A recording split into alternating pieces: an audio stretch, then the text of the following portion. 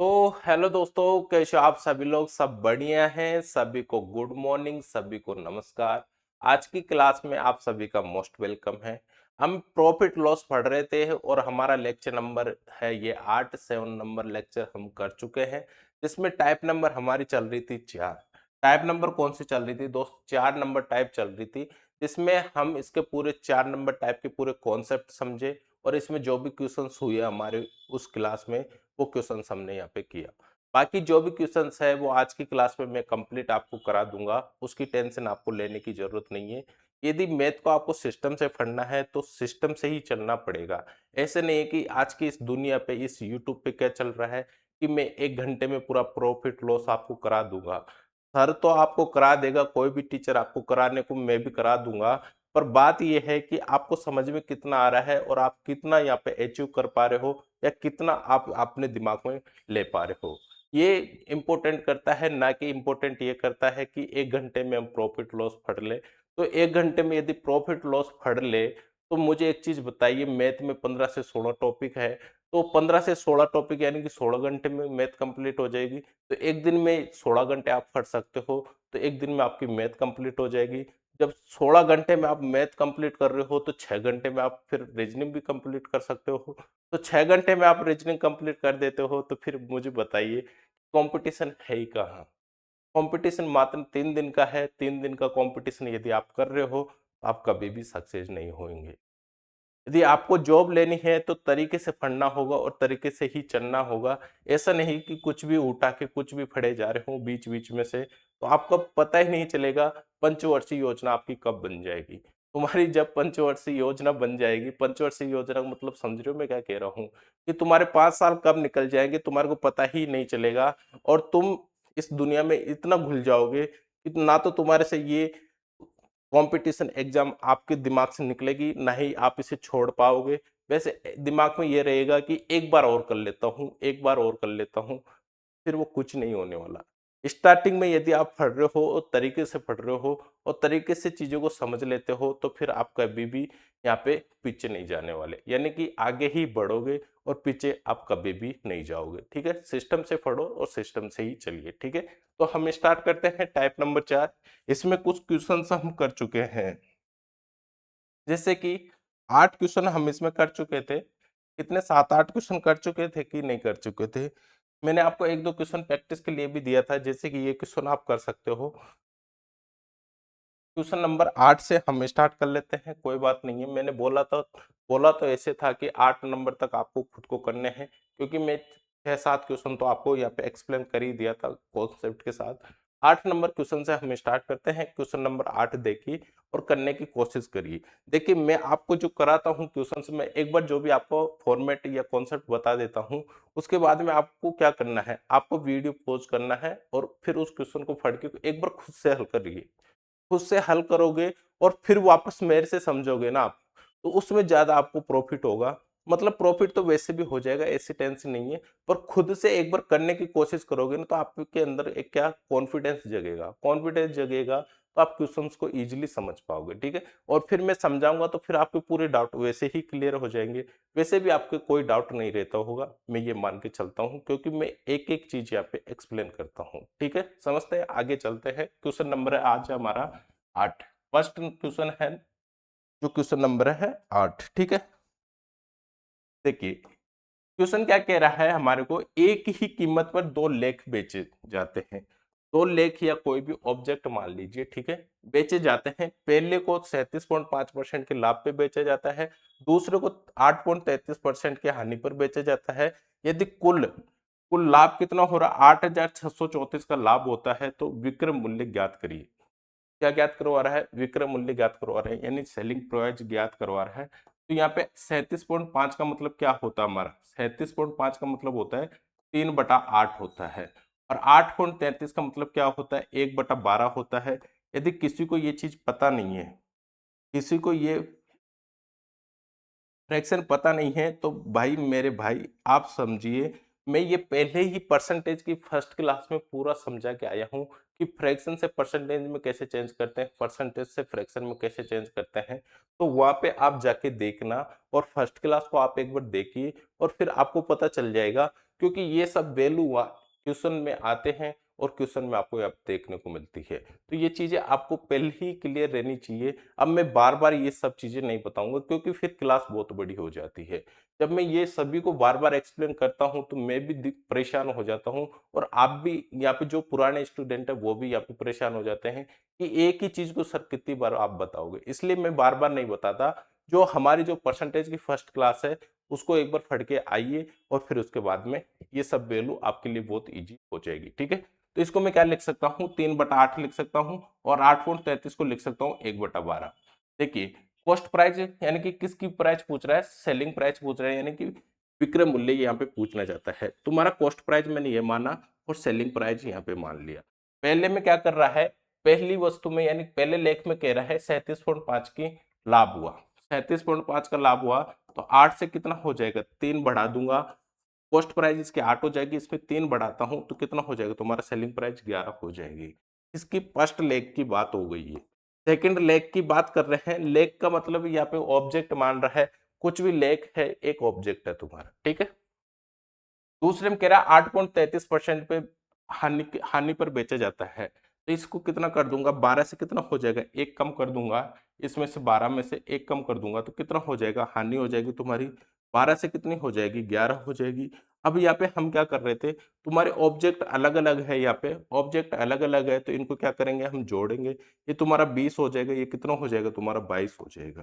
कितना हो जाएगा दोस्तों, ये तुम्हारा 22 हो जाएगा। कुल लाभ इसे हो रहा था 8,634 का कुल लाभ हो रहा था। यहाँ पे कॉस्ट प्राइस तुम्हारी ये आ गई, जो नई कॉस्ट प्राइस बनी है वो ये आ गई और जो नई सेलिंग प्राइस बनी है वो ये आ गई।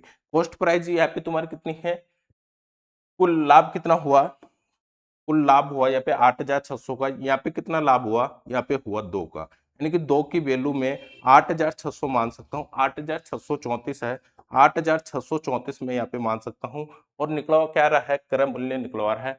क्रय मूल्य दोनों ही जगह सेम है तो दोनों ही जगह में से कोई सी भी एक उठा लीजिए, तुम्हारा क्रय मूल्य यहाँ पे देखने को मिल जाएगा। अब मुझे एक चीज बताइए, अब इसे हल करते हैं हम।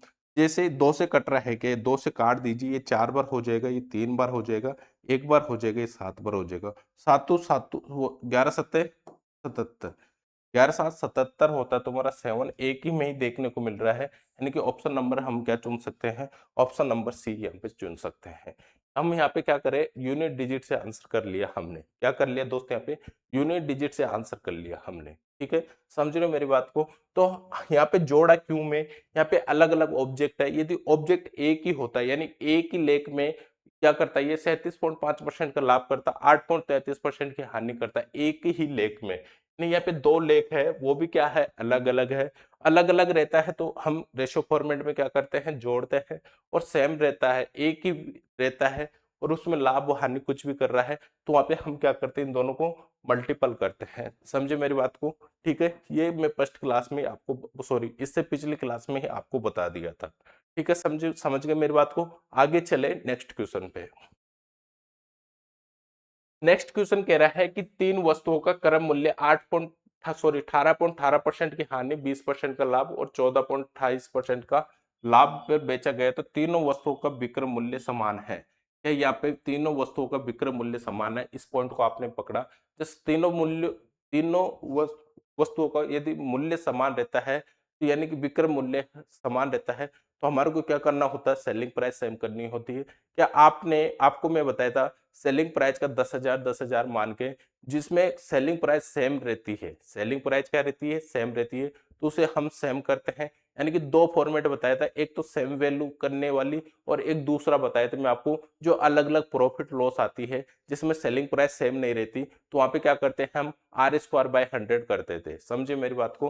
तो ये आप समझ गए होंगे कि सेलिंग प्राइस सेम है तो उनके कुल कुल क्या हो रहा है, 650 का लाभ कमाए तो तीनों वस्तुओं का क्रय मूल्य का योग बताइए, तीनों वस्तुओं के क्रय मूल्य का योग बताइए। क्या 18.18% को क्या लिख सकता हूं मैं, 2/11 लिख सकता हूं। मैं फिर से बोलूंगा, आप फर्स्ट क्लास देख के आइए परसेंटेज की, यदि आपको ये चीज समझ में नहीं आ रही तो 1/5 20 को लिख सकता हूँ, 14.8% किसको लिख सकता हूँ, 1/7 को मैं यहाँ पे लिख सकता हूँ। तो ये चीजें यहाँ पे इस क्वेश्चन को हम इस तरीके से हल किया। आगे देखते हैं हम इसे क्या करेंगे, रेशियो फॉर्मेट हम यहाँ पे लगाएंगे। क्या लगाएंगे दोस्तों, रेशियो फॉर्मेट हम यहाँ पे लगाएंगे। ठीक है, रेशियो फॉर्मेट हम लगाएंगे। तुम्हारा जो हो रहा है कॉस्ट प्राइस क्या है, कॉस्ट प्राइस मैंने ये मानी, सेलिंग प्राइस ये है तुम्हारी। फर्स्ट में क्या कर रहा है, हानि कर रहा है, यानी कि 11 से कितनी 2 कम कर देता हूं तो कितना बच जाएगा तुम्हारा यहाँ पे 8 बच जाएगा। 11 में 2 कम कर, सॉरी 7 9 बच जाएगा। कितना बच जाएगा, 9 बच जाएगा। दूसरे में क्या कर रहा है, 20% का लाभ कर रहा है, यानी कि 5 से कितना हो जाएगा तुम्हारा 6 हो जाएगा। 5 से कितना हो जाएगा, 6 हो जाएगा। तीसरे में भी लाभ कर रहा है, 7 से 8 हो जाता है। तीसरे में भी क्या कर रहा है, ये लाभ कर रहा है, जो कितना हो जाएगा तुम्हारा 7 से 8 हो जाएगा। हमारे को क्या करना है, सेलिंग प्राइस सेम करनी है। क्या यहाँ पे सेलिंग प्राइस सेम है, क्योंकि खुद कह रहा है विक्रय मूल्य तीनों का क्या है, यहाँ पे समान है। तीनों वस्तुओं का विक्रय मूल्य समान है। क्या यहाँ पे तीनों वस्तुओं का विक्रय मूल्य समान है, नहीं है। तो हमें इसको, हमारे को क्या करना होगा, इसे तीनों ही विक्रय मूल्यों को क्या करना होगा दोस्तों, समान करना होगा। तीनों ही मूल्यों को विक्रय मूल्य को क्या करना होगा, समान करना होगा। तीनों मूल्यों को जब आप दो में तो क्या करते थे, इसको इससे गुणा कर लेते थे और इसको इससे गुणा कर लेते। पर अब यहाँ पे 3 है, तो 3 में हमारे सामने क्या आई, यहाँ पे प्रॉब्लम आ गई कि 3 को हम कैसे किस हिसाब से सोच के समान करें कि तीनों ही एक समान हो जाए। तो अब मेरे को एक चीज बताइए, क्या आप इसको इस तरीके से कर सकते हो, यहाँ पे 9 है, बाकी बच 2 रही है, तुम यहाँ पे 8 × 6 कर सकते हो। या तो इस तरीके से कर लेना, यहाँ पे 8 × 6 कर लोगे इसको छोड़ के। अब यहाँ पे 6 आ रहा है तो इन दोनों को गुणा कर लीजिए, 9 × 8 कर लीजिए। यहाँ पे 8 को इक्वल करना है तो 8 को छोड़ के इन दोनों को गुणा कर लीजिए, 6 × 9 कर लीजिए। तुम्हारा सेलिंग प्राइस क्या हो जाएगा, सेम हो जाएगा। सेलिंग प्राइस क्या हो जाएगा, सेम हो जाएगा। पर इस तरीके से हम करेंगे, इस तरीके से हम करेंगे तो हमारी जो कैलकुलेशन है वो क्या हो जाएगी, बड़ी हो जाएगी। कैलकुलेशन क्या हो जाएगी, बड़ी हो जाएगी। इससे बचने का हमारे पास एक तरीका है, बचने का हमारे पास एक तरीका है। तरीका क्या है, देखिए हम क्या लेते हैं, एलसीएम लेते हैं। इन तीनों का ही क्या लेते हैं दोस्तों, एलसीएम लेते हैं। जब इन तीनों का एलसीएम लोगे तो क्या होगा, तुम्हारा 72 होएगा। एलसीएम लोगे तो कितना होएगा, इन तीनों का 72 तुम्हारा एलसीएम हो जाएगा। अब इसका भाग इसमें दीजिए, कितनी बार जाएगा, 8 बार जाएगा। 9 8 72 होता है, तो ये 8 इसके साथ गुणा कर दीजिए। 6 का इसमें भाग देंगे, 12×6 72 होता है, कितना, 12×6 72 होता है, कितनी बार जा रहा है, 12 बार जा रहा है। तो ये दोनों इक्वल हो जाएंगे। 9 8 72, 12×6 72 तुम्हारा इक्वल हो रहा है, सेम सेलिंग प्राइस हो रही है। 8 का इसमें देंगे तो कितनी बार जाएगा, 9 बार जाएगा। 9 बार जाएगा, 9 8 72 होता है। क्या तुम्हारी तीनों ही सेलिंग प्राइस सेम हो गई, क्या तुम्हारी तीनों ही सेलिंग प्राइस सेम हुई कि नहीं हुई। जब तुम्हारी तीनों ही सेलिंग प्राइस सेम हो गई तो मुझे एक चीज बताइए, जितनी संख्या से इधर गुणा करते हैं उतनी संख्या से हमारे को इधर गुणा करना होगा। क्या कौन सा नियम कहता है, ये रेशियो नियम कहता है, यदि किसी एक संख्या के साथ जो भी छेड़छाड़ कर रहे हो मेरे अनुपात में है तो दूसरी संख्या के साथ भी वैसी ही छेड़छाड़ करनी है जो पहली संख्या के साथ आपने छेड़छाड़ की है। यानी कि जैसा इसके साथ कर रहे हो वैसा ही इसके साथ करिए, नहीं तो ये बुरा मान जाएगा। समझ रहे हो मेरी बात को, तो वैसे ही उसके साथ हम लिखते हैं। यहाँ पे 8 से गुणा किया तो हमारे को यहाँ पे भी 8 से गुणा करना होगा। यहाँ पे 12 से किया तो यहाँ पे भी 12 से गुणा करना होगा। यहाँ पे 9 से किया तो यहाँ पे भी 9 से गुणा करना होगा। अब तुम्हारी जो कॉस्ट प्राइस है यहाँ पे आ जाएगी 88, क्योंकि 11 8 88 होता है, 12 5 60 हो जाता है तुम्हारा। और ये कितना हो जाएगा, 9 7 63 हो जाता है तुम्हारा। ठीक है, ये तुम्हारी कॉस्ट प्राइस हो जाएगी। तुम्हारी सेलिंग प्राइस इसकी क्या हो जाएगी, फर्स्ट की 72 हो जाएगी, दूसरे की भी 72 हो जाएगी और तीसरे की भी 72 हो जाएगी। क्या तुम्हारा सेलिंग प्राइस सेम हुआ। जब तुम्हारा सेलिंग प्राइस सेम हुआ, कॉस्ट प्राइस तुम्हारी कितनी हुई, 6 दूनी 12 36 18 होता है। 18 में फिर 20 जोड़ेंगे, 200 तुम्हारा ये हो जाता है, 200। और ये 8 और 3 कितना होता है तुम्हारा, क्या 11 हो जाएगा। 211 तुम्हारा ये कॉस्ट प्राइस आ जाता है। तुम्हारा नया कॉस्ट प्राइस क्या आ जाता है, 211 आ जाता है। तुम्हारी नई सेलिंग प्राइस 7 से 21 होता है, यानी कि 210 और 6 कितना हो जाएगा, 210 और 6 कितना हो जाएगा, 216 तुम्हारी नई यहाँ पे क्या आ जाएगी, सेलिंग प्राइस आ जाएगी। अब क्या कह रहा है, कुल लाभ उसे कितना हुआ था, कुल लाभ हुआ था उसे 650 का। तो यहाँ पे कुल लाभ कितना हो रहा है, 11 से 100 211 से 216 में जाएंगे लाभ कितना हो रहा है तुम्हारे को, यहाँ पे 4 हो रहा है, यानी कि 4 की वैल्यू हम क्या रख सकते हैं,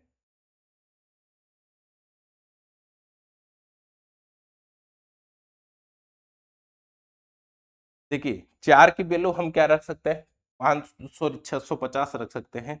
4 की वैल्यू मैं 650 रखता हूँ, 4 की वैल्यू 650 रखता हूँ।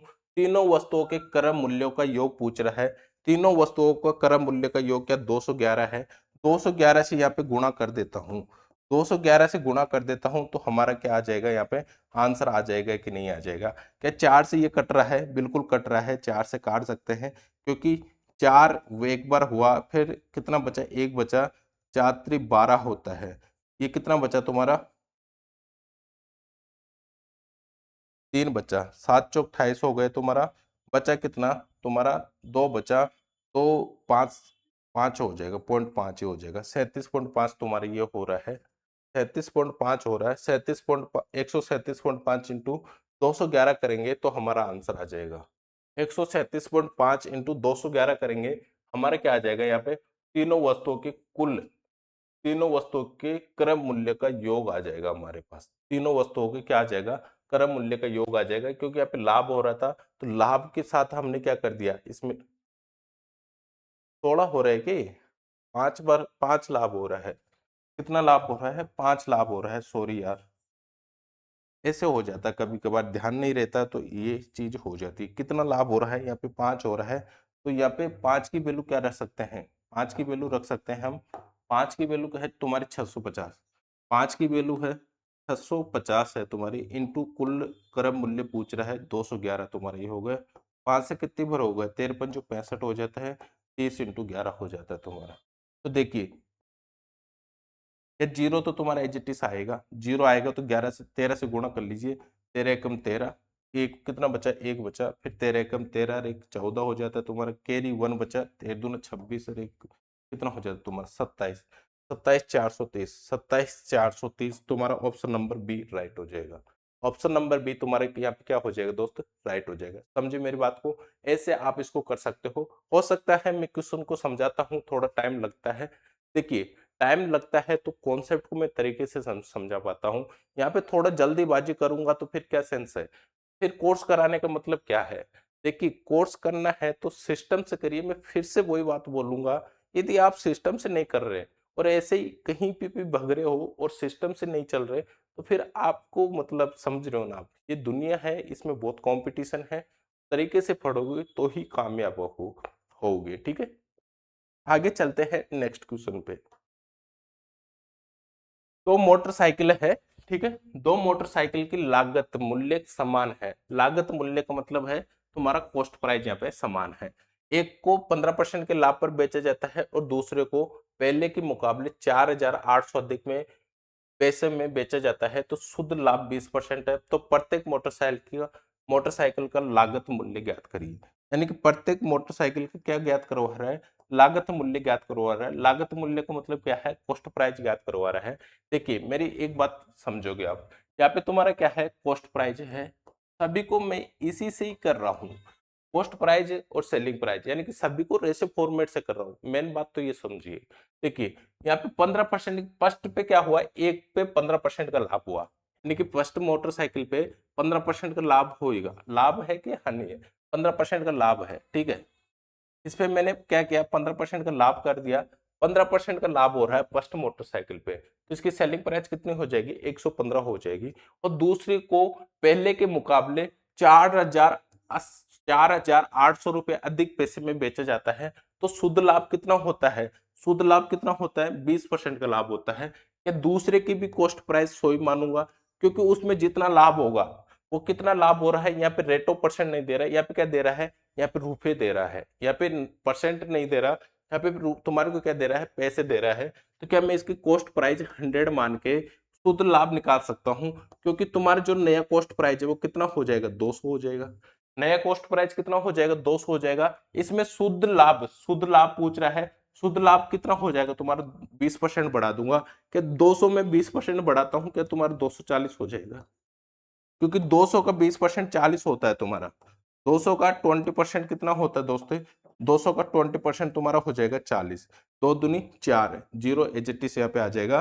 तो 200 का 20% कितना हुआ, 40 हो गया। क्या शुद्ध लाभ यहाँ पे कितना परसेंट हुआ तुम्हारा, शुद्ध लाभ कितना हो जाएगा, 20% हो जाएगा, क्योंकि 200 का 20% निकालूंगा तो शुद्ध लाभ तुम्हारा 240 यहाँ पे निकल के आ जाएगा। तो मुझे ये आप बताइए यहाँ पे कौन सी संख्या लिखूं जो तुम्हारा क्या हो जाए, तुम्हारी ये क्या हो जाए, 240 संख्या बन जाए।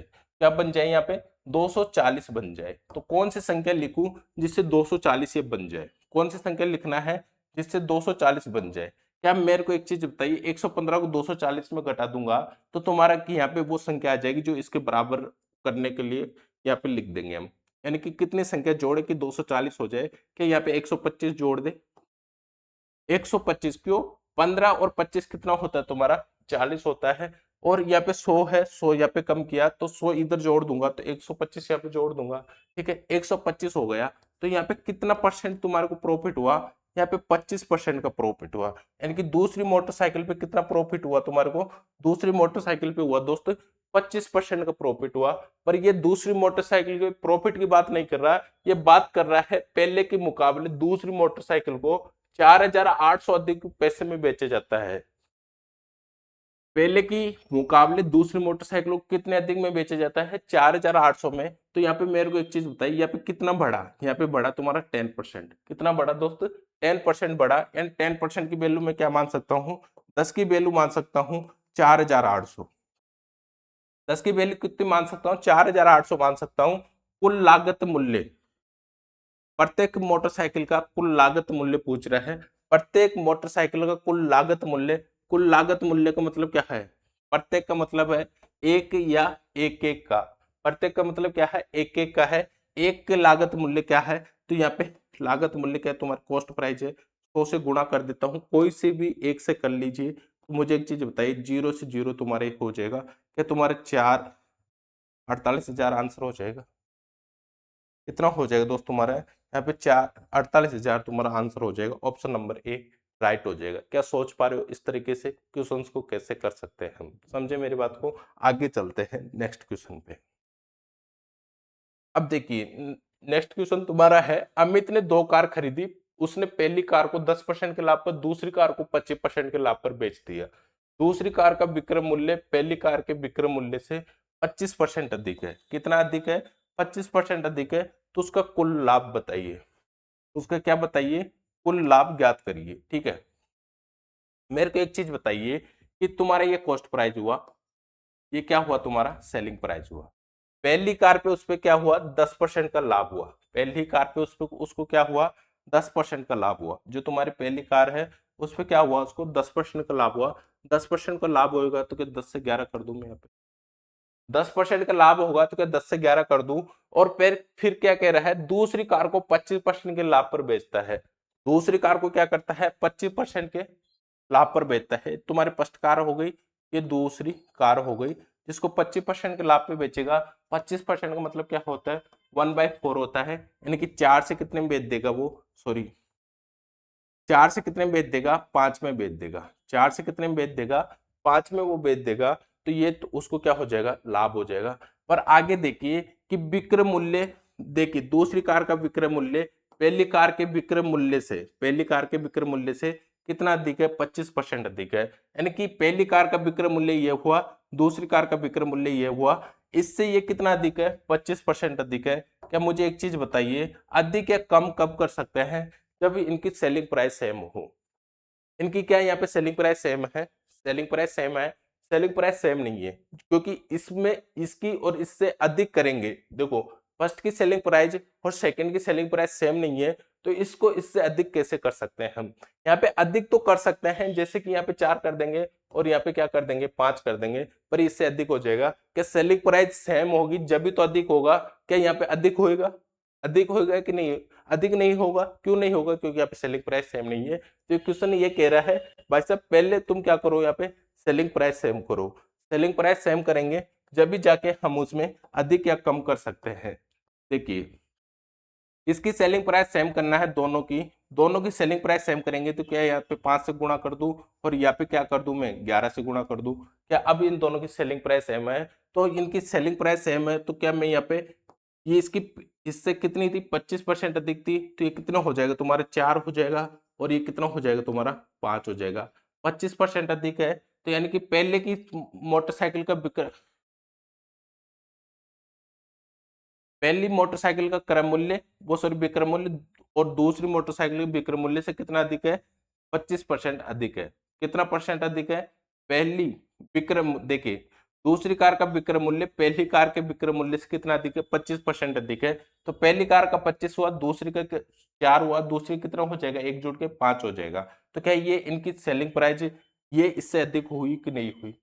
अब इजिली हम इसे कर सकते हैं। अब मुझे एक चीज बताइए, जब हम यहाँ पे इन संख्या से गुणा कर रहे थे, ये सब संख्या से यहाँ से गुणा कर रहे थे, 5 और 4 से गुणा किया, 11 और 5 से गुणा किया, क्या इनको गुणा किया तो इनको भी क्या गुणा करना होगा, यहाँ पे भी 11 × 5 करना होगा, और यहाँ पे क्या करना होगा, 5 × 4 करना होगा कि नहीं होगा। तो क्या अब ये क्वेश्चन सही हुआ, अब ये क्वेश्चन सही हुआ। अब पूछ रहा है कि उसका कुल लाभ परसेंट बताइए, कुल लाभ परसेंट पूछ रहा है, तो कुल लाभ परसेंट पूछेंगे, इसका कुल लाभ परसेंट ज्ञात करेंगे। तो देखिए ये कितना हो जाता है तुम्हारा, 4×5 × 10 करेंगे, कितना हो जाएगा तुम्हारा, 200 हो जाएगा। कितना हो जाएगा, 200, और ये कितना हो जाएगा, 4×5 20 × 11 करूंगा, क्या हो जाएगा, 210 हो जाएगा। ठीक है, 20 × 11 220 हो जाएगा, सॉरी 4×2 = 22 होता है ना। ठीक है, 220 ये हो जाएगा, और ये तुम्हारा ये क्या हो जाएगा, ये हो जाएगा तुम्हारा 4×20 × 11 करूंगा तो कितना हो जाएगा, ये भी 220 हो जाएगा, ये 220 हो जाएगा, और ये 50 25 और 11 करूंगा तो 25 तुम्हारा है ही। फिर कैरी तुम्हारा कितना बचा, 2, 25 × 25 और 2 कितना हुआ तुम्हारा, 27 हुआ, तो 275 हो जाएगा। इनका कुल कुल कॉस्ट प्राइस क्या आएगा तुम्हारा, 420 आ जाएगा, और इसका कुल सेलिंग प्राइस कितना आ जाएगा, 495 में आ जाएगा। क्या सेलिंग प्राइस कितना आ जाएगा, 495 में आ जाएगा। कुल लाभ पूछ रहा है, उसका कुल लाभ कितना है, 420 से 495 में करूंगा तो यहाँ पे कितना बढ़ा, यहाँ पे कितना बढ़ा, कि यहाँ पे 75 बढ़ जाएगा। 75 तुम्हारे यहाँ पे बढ़ा क्योंकि 20 है, देखिए 95 है, 400 तो तुम्हारा सेम है, ये कट जाएगा 400 से 400, 95 है, 95 में से 20 घटा दूंगा, ऐसे कर लीजिए, 90 में से 20 घटाइए, कितना बचा तुम्हारा, 70 बचा, 70 में 5 जोड़ दूंगा, कितना बचा तुम्हारा, 75 बचा। 75 क्या है तुम्हारे यहाँ पे लाभ है, किससे लाभ है, 420 से, 420 से तुम्हारा कितना लाभ है यहाँ पे, 75 है, इंटू 100 करूंगा क्योंकि रेट ऑफ परसेंट में पूछ रहा है, 100 करूंगा तो हम हल कर लेंगे, और तुम्हारा जो भी आंसर आएगा वो आंसर आ जाएगा। ठीक है, हल आपको खुद को करना है। ठीक है, आगे हल कर लीजिए, आंसर तुम्हारा आ जाएगा। क्वेश्चन को मैं समझा दिया आपको। आगे देखते हैं नेक्स्ट क्वेश्चन। करिए, मैं थोड़ा पानी पी लेता हूं।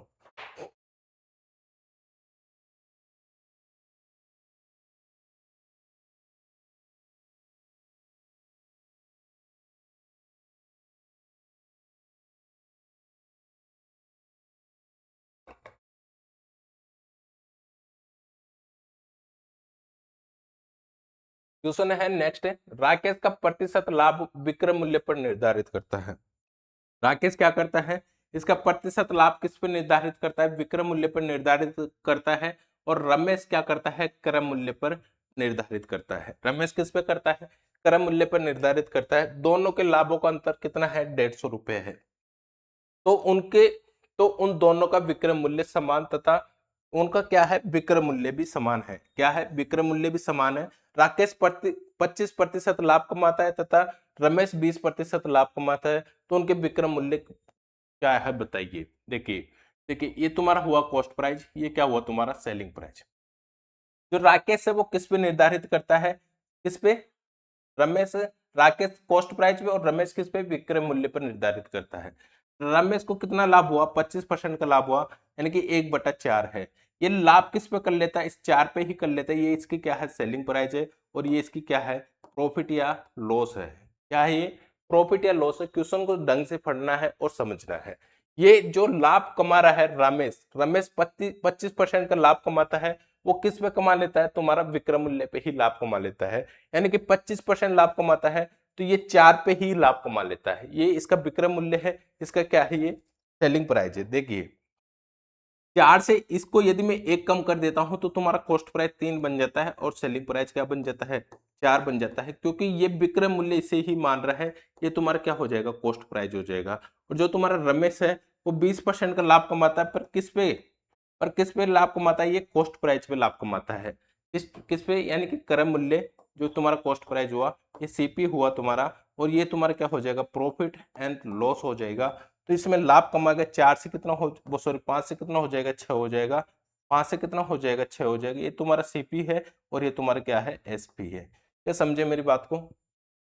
यदि आप ये बात समझ पा रहे हो, यदि आप ये बात समझ पा रहे हो, तो हम फिर इस क्वेश्चन को इजीली समझ सकते हैं।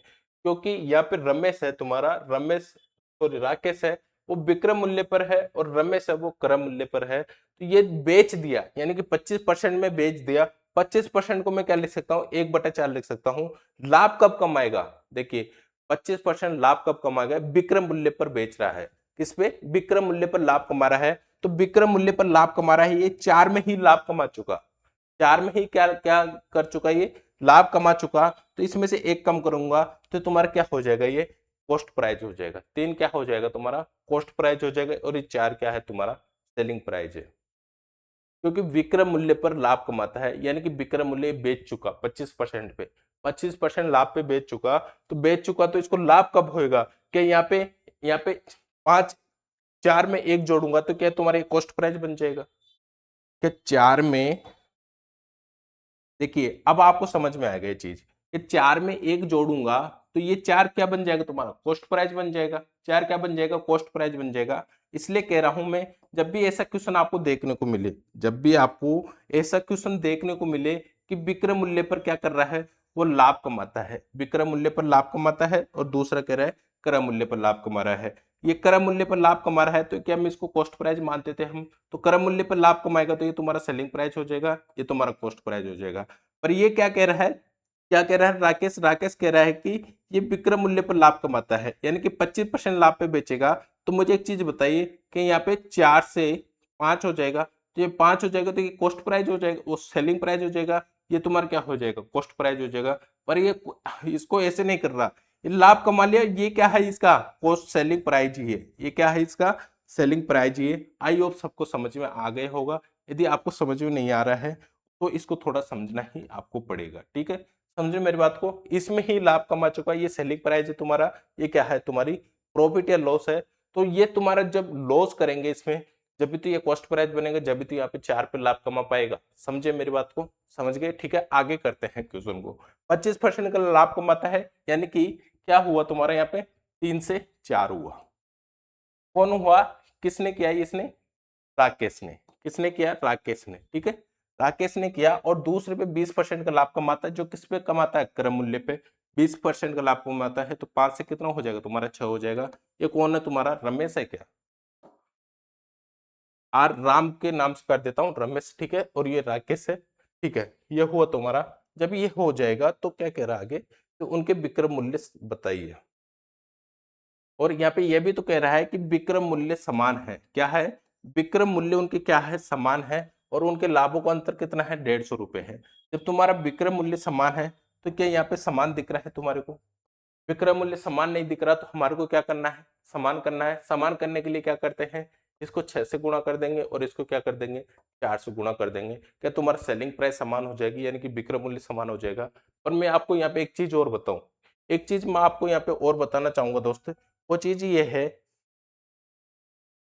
देखिए ध्यान से देखिए, यदि आपको यहाँ पे तुम्हारे कभी कभार कैलकुलेशन बड़ी हो जाती है, वैसे ये गलत नहीं है, मैं ऐसे नहीं कह रहा कि ये गलत है या फिर ये सही है, मैं ऐसे नहीं कह रहा। मैं कह रहा हूं, यदि मैं इसको कितने से गुणा कर लूं, इसको 3 से गुणा कर लूं, और इसको 2 से गुणा कर लूं, तो क्या जब भी तुम्हारी सेलिंग प्राइस सेम है।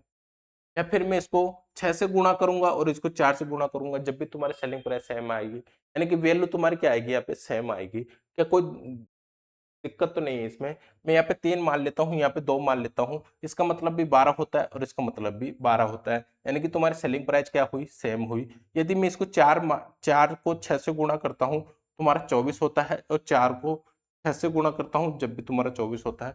यहाँ पे भी तुम्हारा सेलिंग प्राइस सेम है, यहाँ पे भी सेलिंग प्राइस सेम है। तो क्या हम इस तरीके से भी सोच सकते हैं। मैं वहां पे आपको इसलिए नहीं बता रहा था ये चीज कि एक साथ में इतना सोचने पे आपको मजबूर करूं, जिससे कि आप वो टाइप करने से पहले ही वहां से हट जाए। इसलिए नहीं बताया मैं आपको कि हमारे को वो संख्या से गुणा कर लेनी है यहाँ पे, कि ये दोनों ही संख्या तुम्हारी क्या हो जाए, सेम हो जाए। यदि मैं इसको 3 से गुणा करूंगा, इसको 2 से गुणा करूंगा, तो ये हमारी क्या सेलिंग प्राइस सेम हो जाएगी। इसमें क्या हमारे को थोड़ा दिमाग लगाना पड़ता है, हमारे खुद की तरफ से यहाँ पे सोचना होता है।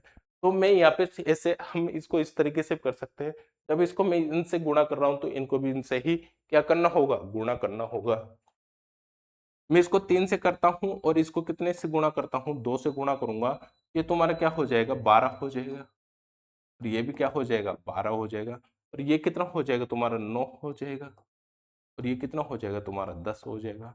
क्या मुझे एक चीज बताइए, एक चीज और बताइए मेरे को, कि यहाँ पे कितना लाभ हुआ इसे, यहाँ पे कितना लाभ हुआ, यहाँ पे 3 लाभ हुआ क्या, और यहाँ पे कितना लाभ हुआ, यहाँ पे क्या 2 लाभ हुआ क्या। यहाँ तक क्लियर है आपको।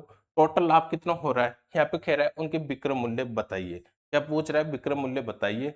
तो उन दोनों के लाभों का अंतर पूछ रहा है। यहाँ पे कितना लाभ हुआ, 3 का, यहाँ पे कितना लाभ हुआ, 2 का, क्योंकि cost price selling price, cost price selling price में यदि सेलिंग प्राइस में से कॉस्ट प्राइस माइनस कर देते हैं, क्या आता है, लाभ आता है। ये 3 आया, यहाँ पे 2 आया, इन दोनों का डिफरेंस कितना है, 1 है। लाभ का अंतर तुम्हारा कितना है, 150 है। एक की वैल्यू में यहाँ पे 150 लग कर सकता हूँ। मुझे एक चीज बताइए, विक्रय मूल्य बताइए, उनके विक्रय मूल्य बताइए, कि विक्रय मूल्य तो यहाँ पे भी सेम है, यहाँ पे भी सेम है, इंटू 12 कर दूं, कि तुम्हारा विक्रय मूल्य आ जाएगा। हल आपको खुद को कर लेना है, तुम्हारा आंसर यहाँ पे आ जाएगा। ठीक है, हल खुद को करना है। 12 12 12 इंटू करता हूं तो 144 होता है, और 12 24, तो 12 दूना 24, 36 होता है। 144 में 36 जोड़ूंगा तो तुम्हारा कितना हो जाएगा, 6 दे दूंगा 60 हो जाएगा। ठीक है, और 20 जोड़ूंगा तो कितना हो जाएगा, सॉरी,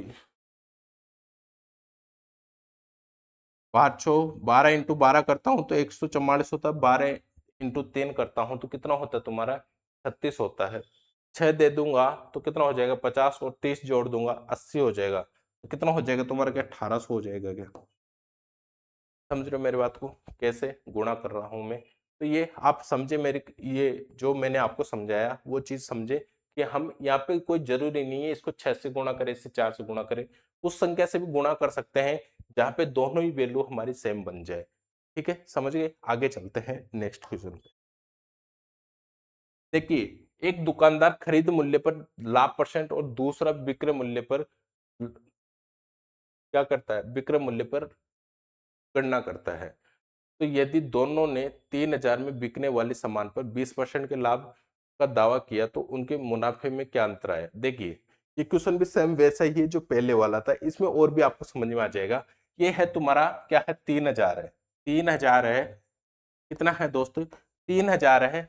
एक कह रहा है कि खरीद मूल्य पर लाभ, क्या कह रहा है, खरीद मूल्य पर लाभ, दूसरा कह रहा है विक्रय मूल्य पर लाभ। दूसरा क्या कह रहा है, विक्रय मूल्य पर लाभ। तो 3000 में बिकने वाले सामान पर 20% का लाभ होता है। 3000 पर बिकने वाले सामान पर कितना लाभ होता है, 20% का लाभ होता है।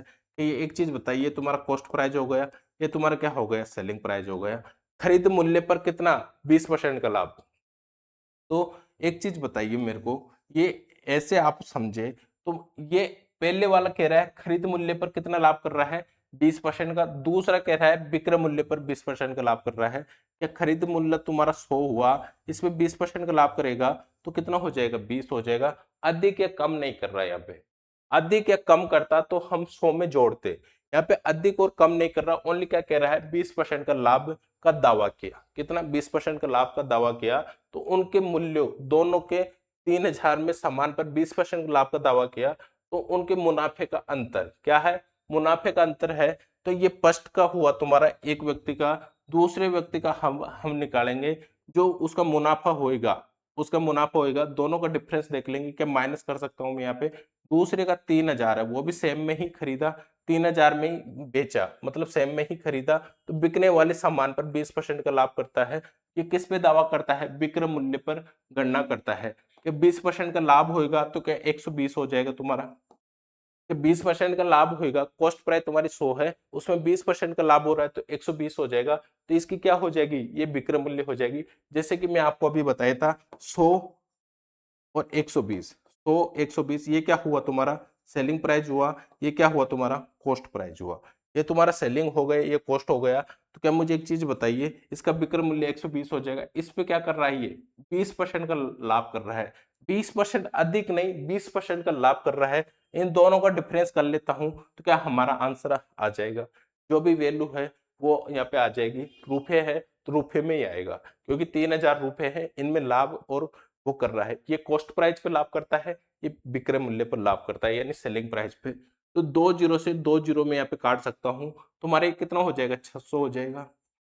और 2 जीरो से 2 जीरो नहीं कट रहा, कोई बात नहीं है। एक से ये कितनी बार कर सकता हूँ, 6 बार कर सकता हूँ। 6 से कितनी बार हो गए तुम्हारा, 5 बार हो गया।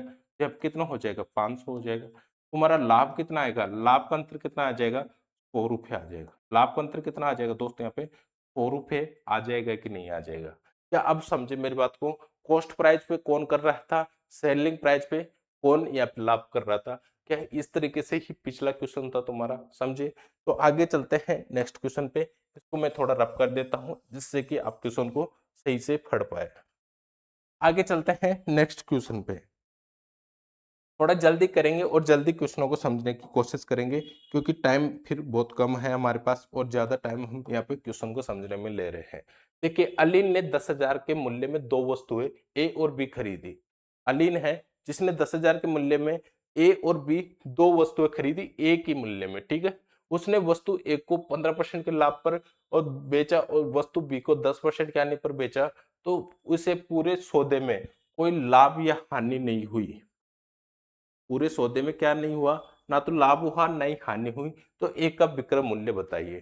क्या मैं हम यहाँ पे सेलिंग, यहाँ पे क्या एलिगेशन लगा सकते हैं। देखिए, ये थोड़ा अलग टाइप का क्वेश्चन है, इसमें कॉन्सेप्ट समझते हैं फिर बात करते हैं। देखिए, हम यहाँ पे क्या लगा सकते हैं दोस्तों, एलिगेशन लगा सकते हैं। क्या लगा सकते हैं, एलिगेशन लगा सकते हैं। देखिए, ये तुम्हारा रुपए में है, इसमें है रेटो परसेंट में है, 10% की हानि, और यहाँ पे क्या है 15% की हानि। जब ये कह रहा है कि इनमें ना तो कोई लाभ हुआ नहीं हानि हुई, इस 15% के लाभ पे बेचा और 10% की हानि पे बेचा, जब उसे ना तो लाभ होता है ना ही हानि होती है, यानी 0% का उसे ना तो लाभ हुआ ना ही हानि हुई। तो मुझे एक चीज बताइए, रेटो परसेंट सेम होनी चाहिए, जब भी हम उसका क्या निकाल सकते हैं, एलिगेशन लगा सकते हैं। एक को 15% का लाभ हुआ, दूसरे को क्या हुआ, 10% की हानि हुई। एक को 15% का लाभ हुआ, दूसरे को क्या हुई, 10% की हानि हुई। ये तुम्हारा रेट ऑफ परसेंट है, रेट ऑफ परसेंट है, ये रेट ऑफ परसेंट है। पर ये क्या कह रहा है, ना तो लाभ हुआ ना ही हानि हुई। क्या 0% का यहाँ पे मान सकता हूँ, 0% तुम्हारा ना तो लाभ हुआ ना ही हानि हुई। क्या तुम्हारा यहाँ पे सेलिंग प्राइस सेम हुआ। देखिए, बेचेगा, एक वस्तु को 15% के लाभ पे बेच दिया, ठीक है, दूसरे को 10% की हानि पे बेचा। तो क्या वहां पे लाभ हुआ या हानि हुई, कुछ भी नहीं हुआ, कुछ भी नहीं हुआ। तो क्या यहाँ पे सेलिंग प्राइस सेम है क्या, कोई जरूरी नहीं है यहाँ पे सेलिंग प्राइस तुम्हारी सेम हो। देखिए, यहाँ पे यदि आपको कह दे 100 है, 15% का लाभ हुआ, 115 हुआ, यहाँ पे 100 है, ठीक है, 10% की हानि हुई, तो कितना हुआ यहाँ पे 10 हुआ। यहाँ पे कितना हो जाएगा तुम्हारा, 200 हो जाएगा। क्या यहाँ पे तुम्हारी सेलिंग प्राइस सेम आ रही है, नहीं आ रही। यहाँ पे कितना हो जाएगा, 205 हो जाएगा। क्या यहाँ पे कोई दिक्कत है तुम्हारे को, यहाँ पे तुम्हारी सेलिंग प्राइस सेम नहीं है, तो कोई बात नहीं है। सेम नहीं है तो सेम नहीं है, पर यहाँ पे कह रहा है कि ना तो लाभ हुआ नहीं हानि हुई, लाभ हुआ नहीं हानि हुई। क्या तुम्हारी सेलिंग प्राइस भी यहाँ पे सेम होनी चाहिए। जो तुम्हारा कुल योग है, जो कुल सेलिंग प्राइस है, ये इसकी और इसकी बात नहीं कर रहा। जो लास्ट में तुम्हारी वैल्यू आ रही है, ये कॉस्ट प्राइस है तुम्हारी, ये सेलिंग प्राइस है। कि ये तो तुम्हारी सेम होनी चाहिए, ना तो लाभ होगा ना ही हानि होगी। ये तो दोनों तुम्हारी सेम होनी चाहिए कि नहीं चाहिए, जभी तो उसको ना तो लाभ होगा ना ही हानि होगी। समझे मेरी बात को। तो देखिए, जब मैं यहाँ पे एलिगेशन लगाया, तो एलिगेशन लगाया तो उसमें मैंने क्या किया, जो तीसरी वैल्यू है उसको मैंने क्या माना, 0%, ना तो लाभ हुआ नहीं हानि हुई। तो एक चीज बताइए, ये तुम्हारा कितना हो जाएगा, ये 10 हो जाएगा। ये कितना हो जाएगा दोस्त तुम्हारा, ये 10 हो जाएगा और ये 15 हो जाएगा। कई सोच रहे हैं कि सर यहाँ पे आप वो वैल्यू मानते थे जो इन दोनों में से एक से तो छोटी रहती थी और एक से बड़ी रहती थी। क्या एक से छोटी और एक से बड़ी रहती थी। तो मुझे एक चीज बताइए, -10 है तुम्हारा, जो क्या 0 से छोटा है कि नहीं है, ये 0 से छोटा है कि नहीं है, -10 है जो तुम्हारा। एक तो 0 है, और 0 से में भी हम माइनस माइनस करते 10 पे जाएंगे, जब जब जब जाके क्या आएगा तुम्हारा -10 आएगा। तो क्या एक चीज बताइए, क्या तुम्हारे यहाँ पे 10 कैसे आया? 10 कैसे आया ये आपको पता है? 10 कैसे आया? देखिए 10 ऐसे आया, जीरो में से डिफरेंट करूंगा मैं किसका, -10 का करूंगा, तो यहाँ पे तुम्हारा माइनस माइनस क्या हो जाएगा, प्लस हो जाएगा। ये कितना हो जाएगा तुम्हारा, 10 हो जाएगा। और दूसरा क्या है, 15 में से -0 करूंगा तो तुम्हारा क्या हो जाएगा, यहाँ पे 15 आ जाएगा। कहीं आपको ये चीज समझ में आई? ये वैल्यू तुम्हारी क्या हो जाएगी, ये 2 हो जाएगी, और ये क्या हो जाएगी तुम्हारी 3 हो जाएगी। ये किस में आती है, क्वांटिटी में आती है। किस में आती है दोस्त तुम्हारी, ये क्वांटिटी में आती है। ये आपको क्लियर है? जब देखिए आपको यहाँ पे एक चीज और बता देता हूं मैं, जब भी हम एलिगेशन लगाते हैं, वैसे मैं पहले ही आपको ये बता चुका, एलिगेशन हम कभी भी लगाते हैं, जब भी हम एलिगेशन लगाते हैं, यहाँ पे एक नई चीज आपको सीखने को मिल रही है, थोड़ा ध्यान से देखना है और समझना है। यदि हम रेटो परसेंट में एलिगेशन लगाते हैं, रेटो परसेंट में एलिगेशन लगाते हैं, तो नीचे जो भी तुम्हारी वैल्यू आएगी वो किस में आएगी, क्वांटिटी में आएगी। नीचे जो भी वैल्यू आएगी तुम्हारी वो किस में आएगी, क्वांटिटी में आएगी, यानी कि रेट ऑफ परसेंट में नहीं आएगी, वो जो वैल्यू आएगी तुम्हारी क्वांटिटी में आएगी। यदि किलोमीटर हाउस, किलोमीटर हाउस, और यहाँ पे दूसरी वैल्यू है तुम्हारी, वो भी क्या है, किलोमीटर हाउस में है, और तीसरी वैल्यू भी तुम्हारी क्या है, किलोमीटर हाउस में है। जब भी तो हम एलिगेशन लगा सकते हैं, नहीं तो हम एलिगेशन नहीं लगा सकते। जो तुम्हारे यहाँ पे है वो वैल्यू किस में आएगी, हाउस में आएगी। वो किस में आएगी, हाउस में आएगी। यदि मैं यहाँ पे स्पीड की बात कर लेता हूँ, सॉरी सेलिंग प्राइस की, यहाँ पे सेलिंग प्राइस की बात करता हूँ, ये भी तुम्हारी सेलिंग प्राइस है। नीचे तुम्हारी कौन सी वैल्यू में आएगी, कॉस्ट प्राइस में आएगी। किस में आएगी दोस्त, कॉस्ट प्राइस में निकल के आएगी। तुम्हारी किस में आएगी, कॉस्ट प्राइस से, कॉस्ट प्राइस में निकल के आएगी। यदि मैं यहाँ पे और भी कुछ बात करूं, ये कॉस्ट प्राइस का कर दिया मैंने, सेलिंग प्राइस का कर दिया, तो देखिए यहाँ पे कॉमन चीज क्या है, कॉमन चीज को समझने की कोशिश करिए आप। देखिए जब भी तुम्हारा एलिगेशन लगता है, एलिगेशन लगता है, तो जब को तुम्हारा रेट ऑफ परसेंट है होता है, वो रेट ऑफ परसेंट किस में बढ़ता है, एक संख्या में ही बढ़ता है। जैसे कि मैं यहाँ पे मानूं 100 है, 100 में 10% की वृद्धि हुई, 100 में क्या हुई तुम्हारी 10% की वृद्धि हुई, तो क्या 110 हुआ, ये क्या हुआ, ये 110 हुआ। किस में बढ़ा, संख्या में ही बढ़ा, तो ये तुम्हारा रेट ऑफ परसेंट हो जाएगा। यानी कि 10% की वृद्धि हुई तो तुम्हारा ये क्या हो जाएगा, तुम्हारा 100% है, 100 से कितना हो जाएगा, 110 हो जाएगा। यानी कि ये जो भी इसकी रेट ऑफ परसेंट वो एलिगेशन लगाते हैं, जो भी वैल्यू निकल के आती है वो किस में आती है, क्वांटिटी में निकल के आती है। और यहाँ पे किलोमीटर हाउस है, किलोमीटर हाउस है, किलोमीटर हाउस है, तो जो तुम्हारा नीचे वाली वैल्यू होती है वही वैल्यू यहाँ पे नीचे देखने को आपको मिलेगी, वही वैल्यू निकल के आती है यहाँ पे नीचे, वही वैल्यू यहाँ पे निकल के आती है।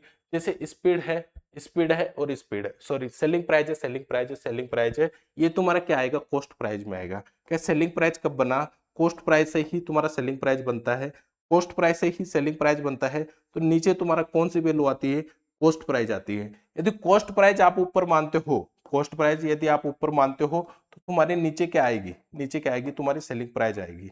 नीचे क्या आएगी, तुम्हारी सेलिंग प्राइस आएगी। ये चीज आपको क्लियर होना चाहिए।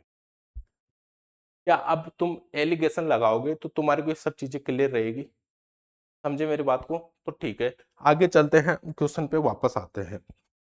देखिए ये तुम्हारी क्या आया, यहाँ पे क्वांटिटी में आई, कौन सी संख्या आई, ये किस में आई, क्वांटिटी में आई। तो मुझे एक चीज बताइए, यहाँ पे कुल कितनी, कुल दोनों वस्तुएं 10,000 के, 10,000 के मूल्य में बेची, किसमें, खरीदी गई थी, खरीदी गई थी। तो ये तुम्हारा क्या है, ये यहाँ पे क्वांटिटी है, क्वांटिटी यानी कि 7 की वैल्यू, दो वस्तु है, अनिल ने कुल 10,000 के मूल्य में दो वस्तु ए और बी खरीदी, ठीक है। तो ए पे 15% का लाभ, बी पे 10% की, यानी पूरे सौदे में उसे ना तो लाभ और ना ही हानि हुई। तो एक का विक्रय मूल्य बताइए, एक का क्या बताइए, विक्रय मूल्य बताइए, एक का विक्रय मूल्य बताइए।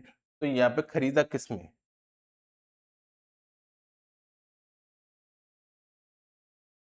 देखिए हमने यहाँ पे गलती कर दिया।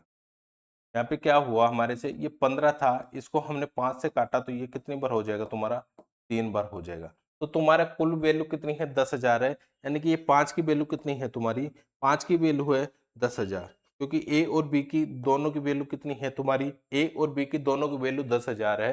तो एक का विक्रय मूल्य बताइए, एक का विक्रय मूल्य बताइए। क्या मैं पहले यहाँ पे कॉस्ट प्राइस निकाल लूँ एक की, ये तुम्हारा ए है, ये तुम्हारा बी है, यहाँ पे कॉस्ट प्राइस एक की निकालूंगा, क्या 2 से गुणा कर लूं, क्योंकि तुम्हारा जो ये क्या आता है रेट ऑफ उसमें आता है, क्वांटिटी में आता है। ये क्वांटिटी में आया तो यदि 2 की वैल्यू निकालूंगा तो तुम्हारा क्या आ जाएगा, कॉस्ट प्राइस आ जाएगा। 5 से काटूंगा कितनी बार आ जाएगा, ये 2 बार आ जाएगा, यानी कि तुम्हारा कॉस्ट प्राइस कितना हो जाएगा, यहाँ पे कॉस्ट प्राइस हो जाएगा तुम्हारा 4000। कॉस्ट प्राइस तुम्हारा 4000 हो जाएगा। सेलिंग प्राइस पूछ रहा है, यानी कि विक्रय मूल्य पूछ रहा है 4000 में मैं 15% प्रॉफिट करता हूँ तो क्या हो जाएगा तुम्हारा, क्योंकि ए में 15% का प्रॉफिट कर रहा था, ए में 15% का प्रॉफिट कर रहा था, 2 जीरो से 2 जीरो तुम्हारा ये चला जाएगा, तो क्या ये कितना हो जाएगा, जीरो तो तुम्हारा एज इट इज आएगा, और ये 4 से गुणा करूंगा 20 हो जाएगा, और 4 से गुणा करता हूँ 2 बचा, 4 से गुणा करता हूँ 4 2 6 होता है, और 4 ये हो जाता है तुम्हारा, कितना आ जाएगा 6400, 6000 सॉरी 4600 तुम्हारा आंसर यहाँ पे आ जाएगा। 6400 क्या आ जाएगा दोस्त, आंसर आपको देखने को मिल जाएगा। पर मैं यदि आपको एक चीज बताऊं, जब भी आपको यहाँ पे ये कह दे ना तो लाभ हो ना ही हानि हुई, ना तो लाभ हुआ ना ही हानि हुई, ऐसा जब भी आपको देखने को मिलता है, यदि आपको ऐसा देखने को मिलता है ना तो लाभ हो रहा है और ना ही हानि हो रही है, ना तो लाभ हो रहा है ना ही हानि हो रही है, ए में 15% का लाभ और बी में 15% की 10% की हानि, 15% का लाभ और इसमें 10% की हानि है, तो आपको क्या कर देना है, इसको इधर ले आना है और इसको इधर पहुंचा देना है। इसको इधर ले आए और इसको इधर पहुंचा दिए तो ये तुम्हारी वैल्यू क्या निकल के आती है, 2:3 निकल के आ जाती है। 2:3 निकल के आ जाती है। हम इसको इस तरीके से भी कर सकते हैं, जब भी क्वेश्चन में आपको ऐसा देखने को मिले ना तो लाभ हुआ ना ही हानि हुई, तो ये क्या हो जाता है, तुम्हारा कॉस्ट प्राइस हो जाता है। ये तुम्हारी सेलिंग प्राइस थी, ये सेलिंग प्राइस थी, तो ये तुम्हारी क्या है, कॉस्ट प्राइस है। यहाँ पे लाभ हो रहा है, ये 15% लाभ हो रहा है, तो ये सेलिंग प्राइस हुई, ये भी क्या हुई, तुम्हारी सेलिंग प्राइस हुई। पर यहाँ पे ना तो लाभ हुआ ना ही हानि हुई, तो ये तुम्हारा किस में पलट जाता है, यानी कि क्वांटिटी तो आती है, रेट ऑफ परसेंट में आती है क्वांटिटी तो, पर यहाँ पे लाभ हानि की बात कर रहा है, तो ये तुम्हारी क्या हो जाएगी, कॉस्ट प्राइस हो जाएगी। तुम्हारी क्या हो जाएगी दोस्ती, कॉस्ट प्राइस हो जाएगी। तो ये तुम्हारे कौन सी वैल्यू निकल के आ जाएगी, कॉस्ट प्राइस निकल के आ जाएगी। क्या ये चीज मैंने आपको अभी बताया था पहले, ये बताया था कि नहीं आपको मैंने, कहाँ गया वो, ये देखिए, ये मैंने आपको बताया था कि रेट ऑफ परसेंट में रहता है तो क्वांटिटी में ही आता है आने को, पर स्पीड में आता है तुम्हारा, सॉरी सेलिंग प्राइस में आता है तो नीचे कॉस्ट प्राइस में आता है, ये किलोमीटर हार्स में तो नीचे जो वैल्यू आती है तुम्हारी, नीचे जो वैल्यू आती है वो यहाँ पे आपको देखने को मिलती है। ठीक है, अब आ जाइए, क्या हम इसको इस तरीके से कर सकते हैं, कि यहाँ पे भी वही वैल्यू आ रही थी और यहाँ पे भी वही वैल्यू आ रही थी, समझे कि नहीं मेरी बात को, यदि आप समझ रहे हो तो अच्छी बात है। तो जब भी आपको ये देखने को मिले ना तो लाभ हुआ ना ही हानि हुई, तो इसका मतलब है 0% है, तो 0% है तो ये इधर इधर हो जाएगा, ये इधर चला जाएगा। क्या आप इस तरीके से कर सकते हो इसे, अब हमारे को जो भी क्वेश्चन आएगा इस तरीके का, सीधा हम इस तरीके से करेंगे। ठीक है, आपको कॉन्सेप्ट क्लियर हो गया होगा। नेक्स्ट क्वेश्चन पे हम चलते हैं। चीनी की चीनी की मात्रा का अनुपात क्या होगा जिस पर 20 रुपए प्रति किलो और 15 रुपए प्रति किलो के मूल्य को मिलाने पर ना तो हानि होती है और ना ही लाभ होता है, जब 18 रुपए प्रति किलोग्राम के हिसाब से बेचा जाता है, तो अनुपात बताइए। अब यहाँ पे 18 रुपए प्रति किलोग्राम के हिसाब से नहीं देता, तो हम क्या मानते, ना तो लाभ होता ना ही हानि होती, तो हम क्या मानते, जीरो मानते। जैसे कि ये 20 हुआ तुम्हारा सेलिंग प्राइस, 20 रुपए और ये 15 रुपए, ठीक है, ये 15 हुआ, ना तो लाभ और नहीं हानि हुई, तो ये तुम्हारा क्या हो जाता है, इधर हो जाता है, ये 15 हो जाती है, तुम्हारी क्या हो जाती, 20 हो जाती। पर यहाँ पे क्या कह दिया, 18 रुपए प्रति किलोग्राम के हिसाब से बेचा जाता है, तो नया अनुपात बताइए। तो 18 रुपए प्रति किलोग्राम के हिसाब से बेचा जाए तो नया अनुपात बताइए, क्या आएगी तुम्हारे यहाँ पे, क्वांटिटी आ जाएगी। देखिए, फर्स्ट थी तुम्हारी 20 रुपए किलोग्राम थी, दूसरी थी तुम्हारी 15 रुपए किलोग्राम, यदि उसको 18 रुपए प्रति किलोग्राम के हिसाब से बेचे तो नया अनुपात क्या होगा तुम्हारा, क्या 3:2 हो जाएगा। 3:2, ऑप्शन नंबर डी राइट हो जाएगा तुम्हारा। देखिए, जब भी तुम्हारा आता है, देखिए किलोग्राम आरएस प्रति किलोग्राम करिए, आपको ये चीज ध्यान रखनी है, आरएस प्रति किलोग्राम इंटू मैं यदि किलोग्राम करता हूं तो तुम्हारा क्या आता है, यहाँ पे आरएस निकल के आता है, जो तुम्हारा वैल्यू है, मूल्य है, वो निकल के आ जाता है कितने रुपए का है वो टोटल। यदि आप आरएस में क्या हुआ, यदि आप आरएस में किलोग्राम, सॉरी आरएस प्रति किलोग्राम, आरएस प्रति किलोग्राम का भाग देते हो तो तुम्हारे क्या निकल के आती है, क्वांटिटी निकल के आती है। और यदि आपको क्वांटिटी निकालनी है तो आरएस में किसका भाग दे दीजिए, आरएस में किलोग्राम का भाग दे, सॉरी आरएस में क्वांटिटी निकाल लिया, क्वांटिटी आरएस में प्रति किलोग्राम का भाग दे दिया तो क्वांटिटी आ जाएगा। और यदि आपको क्या निकालना, आरएस निकाल लिया, किलोग्राम प्रति किलोग्राम निकालना है तो आपको क्या देना है, आरएस में किलोग्राम का भाग दे दीजिए, तुम्हारा क्या आ जाएगा, किलोग्राम आरएस प्रति किलोग्राम आ जाएगा, आरएस प्रति किलोग्राम आ जाएगा। ये चीज आपको पता है क्या, ये चीज यदि आपको पता है तो आप इसको इस तरीके से कर सकते हो। तो तुम्हारा ये है रुपए, ये क्या है, रुपए में है, रुपए में है तो रुपए है तो ये किस में आ जाएगा तुम्हारा, आरएस प्रति रुपए किलो। तो ये कितने में, 20 रुपए प्रति किलोग्राम है, यानी कि आरएस प्रति किलोग्राम है, ये भी आरएस प्रति किलोग्राम है, तो ये भी आरएस आरएस प्रति किलोग्राम है। तो नीचे क्या आएगी तुम्हारी, किलोग्राम में आएगी, नीचे वैल्यू किस में आएगी तुम्हारी, किलोग्राम में आएगी। यानी कि आप 18 रुपए प्रति किलोग्राम के हिसाब से बेचा जाता है तो नया अनुपात तुम्हारा क्या आएगा, नया अनुपात आएगा कि तुम 15 रुपए प्रति किलोग्राम में बेचते हो तो तुम्हारे को 2 किलो बेचना है, और 20 रुपए प्रति किलोग्राम को बेचते हो तुम्हारे को 3 किलो बेचना है, जब जाके हम उनको 18 रुपए प्रति किलोग्राम के हिसाब से बेचा जा सकता है। ये तुम्हारी क्या आई, क्वांटिटी आई, ठीक है, निकल के आई तुम्हारी क्वांटिटी निकल के आई। मैंने आपको पहले ही बताया था जो नीचे जो आती है वैल्यू वही नीचे आपको देखने को मिलती है, समझे मेरी बात को। तो किस में आ गया तुम्हारा, 2 और 3 अनुपात 2 तुम्हारे यहाँ पे नया अनुपात आया है।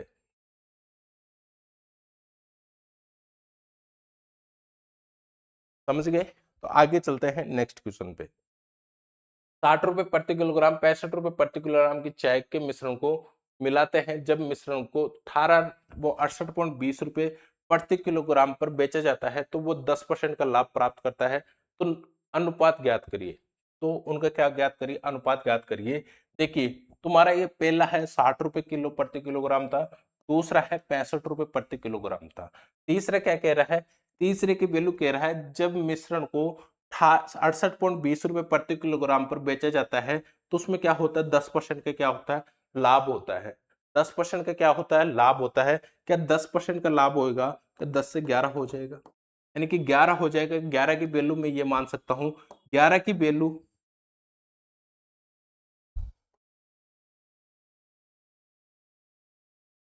10% का क्या हुआ, यहाँ पे लाभ हुआ, 10% का लाभ हुआ, 10 से कितना हो गया जाएगा, 11 हो जाएगा।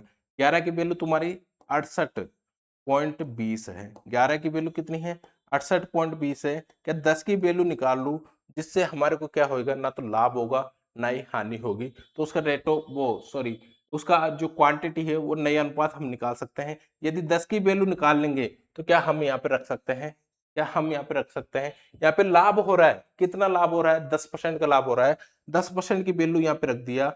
तो मुझे एक चीज बताइए, 11 की वैल्यू तुम्हारी ये हो गई तो 10 की वैल्यू निकाल लूंगा, तो क्या मैं यहाँ पे रख दूंगा और फिर हमारा नया अनुपात निकल के आ जाएगा कि नहीं आ जाएगा। तो ऐसे हम कर सकते हैं कि 11 से काटिए, इसे 11 से काटेंगे, 11×66 होता है, 2 बचा, 11×2 22 होता है तो हमारा। और यहाँ पे क्या है तुम्हारा, ये तुम्हारा क्लियर हो गया, जीरो है, जीरो इधर आके उठ के यहाँ पे लग जाएगा। क्या यहाँ पे 2 संख्या छोड़ के जीरो था तुम्हारा, तो यहाँ पे क्या हो जाएगा, 62.00 तुम्हारा ये हो जाएगा। यानी कि तुम्हारी जो नई वैल्यू है, नई वैल्यू है वो क्या निकल के आई यहाँ पे, 62 रुपए किलो यदि आप देते हो तो नया अनुपात क्या होएगा तुम्हारा, नया अनुपात क्या होएगा तुम्हारा, ये कितना हो जाएगा, 2 हो जाएगा, ये कितना हो जाएगा, 3 हो जाएगा, 3:2 तुम्हारा ऑप्शन नंबर ए देखने को मिल रहा है। तो हम इस तरीके से इनको कर सकते हैं, समझ गए मेरी बात को।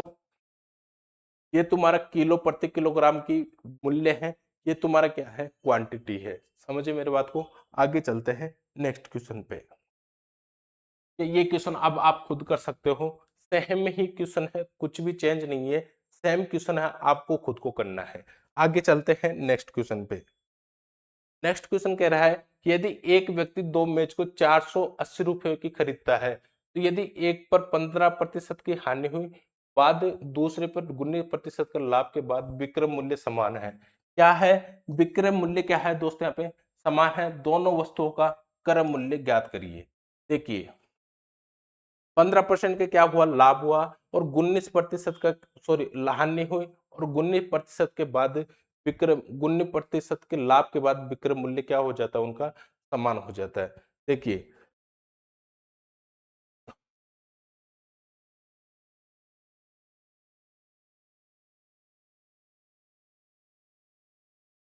हम इसको रेशो फॉर्मेट से भी कर सकते हैं, और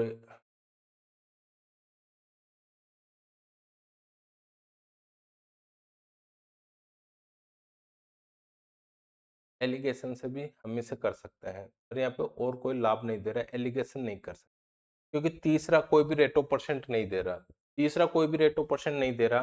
कोई बात नहीं है, देख लेते हैं ऐसे ही, रेशो फॉर्मेट से ही कर लेते हैं। ये तुम्हारा कॉस्ट प्राइस है, 15% लाभ हुआ, 100 से 115 हुआ, 100 से कितना हुआ, 115 हुआ, सॉरी हानि हुई थी, हानि हुई थी, ठीक है। तो 15% की हानि हुई तो 85 तुम्हारा ये बच गया। 19% का लाभ हुआ, 100 से कितना हुआ, 19% का लाभ हुआ, तो तुम्हारा क्या आ जाएगा, बाद में विक्रय मूल्य समान है, बाद में क्या है, विक्रय मूल्य समान है। तो विक्रय मूल्य समान है, तो यहाँ पे क्या 119 से गुणा करूंगा, और यहाँ पे क्या करूंगा 85 से गुणा करूंगा, यहाँ पे भी 19 से गुणा करना होगा, यहाँ पे 19 से गुणा करना होगा, यहाँ पे 85 से गुणा करना होगा, 85 से गुणा करना होगा, तो ये तुम्हारा नया सेलिंग प्राइस आ जाएगा, ये तुम्हारा क्या आ जाएगा, कॉस्ट प्राइस आ जाएगा। अब मुझे एक चीज बताइए, कॉस्ट प्राइस दोनों में जो तुम्हारी जो भी कॉस्ट प्राइस निकल के आती है, उसकी वैल्यू यहाँ पे रख दीजिए 480 में। जो भी जो भी तुम्हारे को नई वैल्यू निकालनी है, नई वैल्यू यदि तुम्हारे को निकालनी है, वो क्या आ जाएगा तुम्हारे को, दोनों वस्तुओं का क्रय मूल्य ज्ञात करिए, दोनों वस्तुओं का क्रय मूल्य, इसका वैल्यू क्या आती है और इसकी वैल्यू क्या आती है, उससे गुणा कर लीजिए, यानी कि 100 इंटू कितना करेंगे, 119, 119 है, ठीक है, 119 से गुणा कर लेना, फर्स्ट की क्रय मूल्य आ जाएगा, सेकंड का क्रय मूल्य ऐसे निकल के आ जाएगा। क्या ऐसे आप कर सकते हो, नहीं कर सकते? इस तरीके से आपको ये कर लेना है। क्वेश्चन थोड़ा बड़ा है, हो सकता है आपको ये लेंथी लगे, तो एक बार करके देखना, आराम से इजीली हो जाएगा। एक व्यक्ति को दो मेज 480 रुपए की खरीदता है, यदि एक पर उसे 15% की हानि के बाद, दूसरे को 19% के लाभ के बाद विक्रय मूल्य समान है, तो दोनों वस्तुओं का क्रय मूल्य ज्ञात करिए।